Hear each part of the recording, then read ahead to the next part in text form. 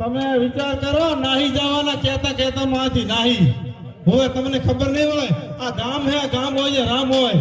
વિચાર કર્યા વગર ના એમ નામ આવીને આટલી બધી સભામાં જેમાં માણસો ને શું કોને ધન આલ્યો હે, કોને પૈસા આલ્યા હે, તમે પૈસા મોટા લાખ લાખ રૂપિયા આલી દીધા હે ને તો તમે દોરા કરો.